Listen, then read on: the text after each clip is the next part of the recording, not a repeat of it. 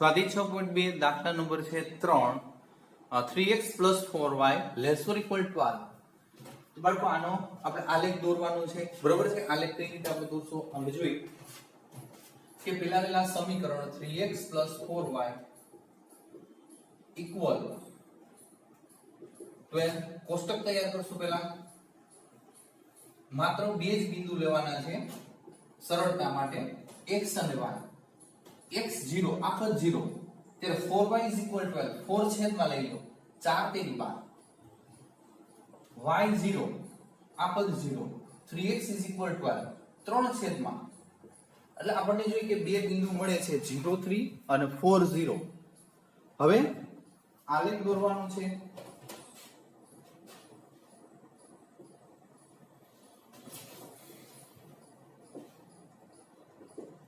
હવે આપણે જોઈએ x મેક્સિમમ 4 છે 1 2 3 અને 4. y મેક્સિમમ 3 છે 1 2 આ 3. x 0 ત્યારે y 3 લેવાના છે, આ 0 0. x 0 ત્યારે y 3, x 4 ત્યારે y 0, x 4 ત્યારે y 0. તો નિયન આવશે. આમાંથી પસાર થતી આ રેખા.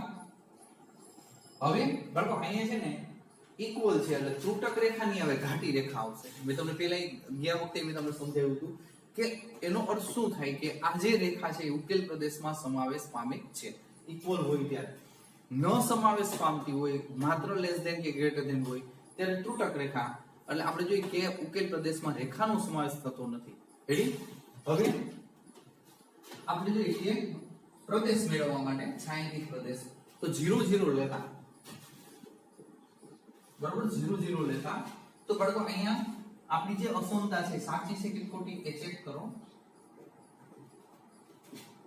બરોબર 2 x 0 y 0 આ 0 2 થઈ જશે less or equal to 12. 0 less or equal to 12. 0 કરતા 12 મોટા છે. ઇક્વલ સામે આપણે જોવાનું નથી, અસમતા જોવાની છે. અસમતા 0 કરતા 12 મોટા હોય છે એટલે આ અસમતા સાચી છે, જે શક્ય છે, which is true. બરોબર છે? 0 0 નો ઉકેલ પ્રદેશમાં સમાવેશ થાય છે. 0 0 નો ઉકેલ પ્રદેશમાં સમાવેશ થાય છે. તો આપણે બાળકો એમ કહી શકીએ ઉકેલ પ્રદેશમાં સમાવેશ થાય છે એટલે ઉકેલ પ્રદેશ છે એ નીચેની તરફ ખુલશે આ રીતે 0 0 તરફ. બરોબર? એટલે આ એનો ઉકેલ પ્રદેશ થયો, આ એનો ઉકેલ પ્રદેશ રેખા સાથેનો. રેડી? આ રીતે આપણે જોઈએ કે દાખલા નંબર 3. એના પછી છે દાખલા નંબર 4.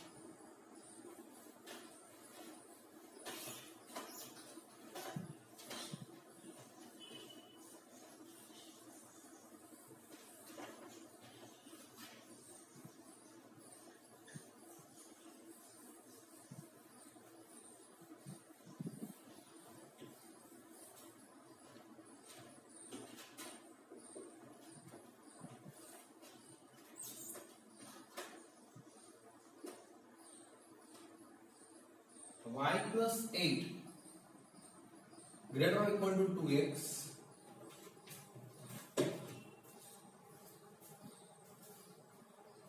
હવે બાળકો આ સામેની બાજુ લઈ જાય તો આપણે કહી શકીએ 8 greater or equal to 2x minus y.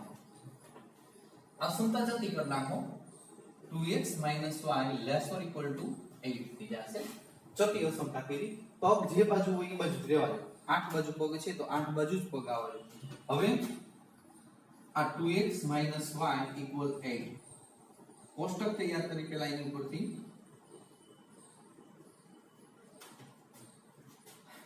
x 0 y મળે છે -8. શા માટે? આ માઈનસ સામે જ બે y 0. તો અહીંયા બાળકો તમે જોઈ શકો આ 2x = 2 છેદમાં આવી ગઈ એટલે 4 થશે. રેડી?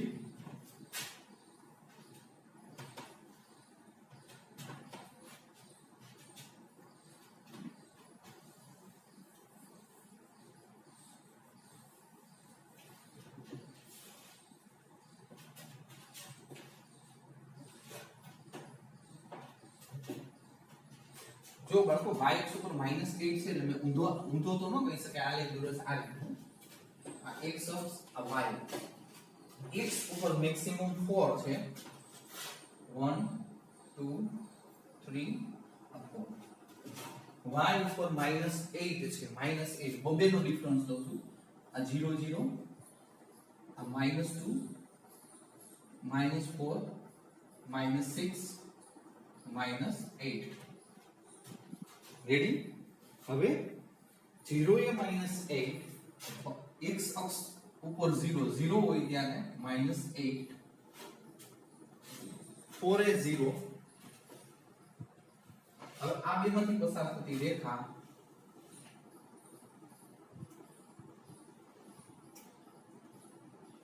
રેડી આ રીતે આવશે હવે ઇક્વલ છે એટલે ઘાટી રેખા જ આવશે નક્કી થઈ ગયું ફાઇનલ કારણ કે ઉકેલ પ્રદેશમાંથી રેખાનો સમાવેશ થાય છે પ્રદેશ મેળવવાની વાત છે આપણે 0 0 લેતા પ્રદેશ મેળવવા માટે હવે બાળકો અહીંયા જે અસમતા છે આ 2x - y less or equal 8 2x - y less or equal 8 0 0 લખો હવે તમે જોઈ શકો 0 કરતા 8 મોટા જોઈએ એટલે શક્ય છે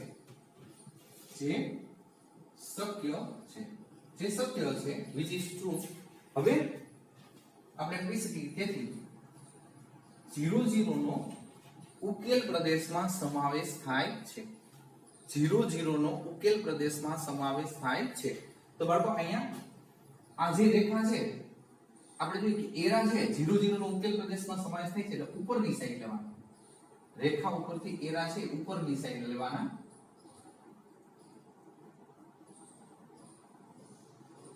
રેડી આ છે એનો ઉકેલ પ્રદેશ આવશે બરોબર આ રીતે આપણે જોઈએ કે ઉકેલ પ્રદેશ મેળવી શકીએ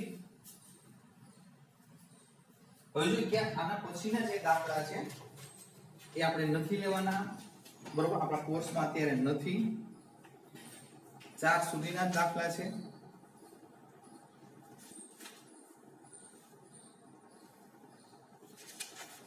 5 થી 10 સુધી કમ્પ્લીટલી કેન્સલ કરાવેલા છે હવે સ્વાધ્યાય 6.3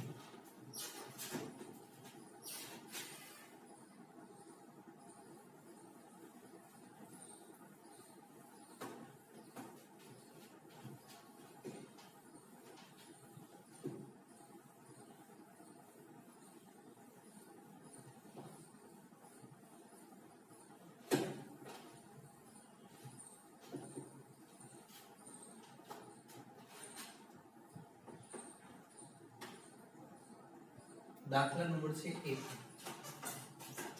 6.3 દાખલા નંબર છે નીચેની અસમતા સહંતિનો ઉકેલ પ્રદેશ આલેખ પરથી મેળવો હવે અહીંયા તમને એવું આપ્યું છે કે દાખલા નંબર 1 માં x > 3 y > 2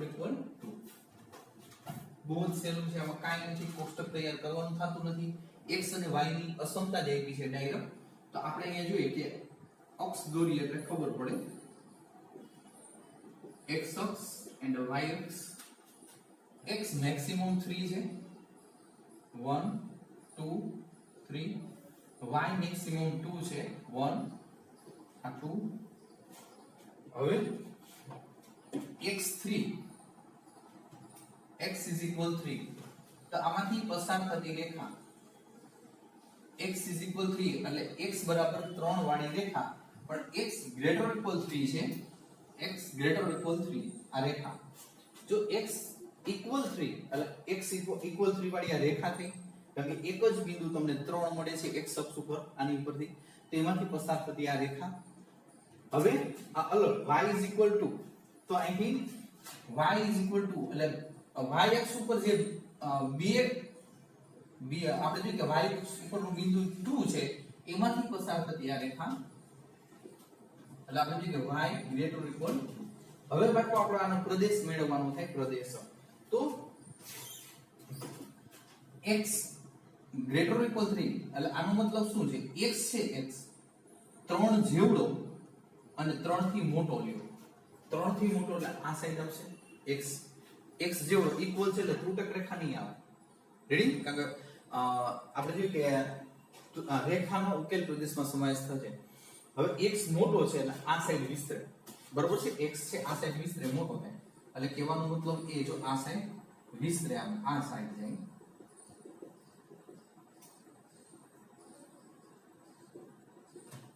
રેડી? આમ x. પછી આની વાત કરી. y greater equal to y મોટો છે 2 કરતા અને 2 જેવડોય છે.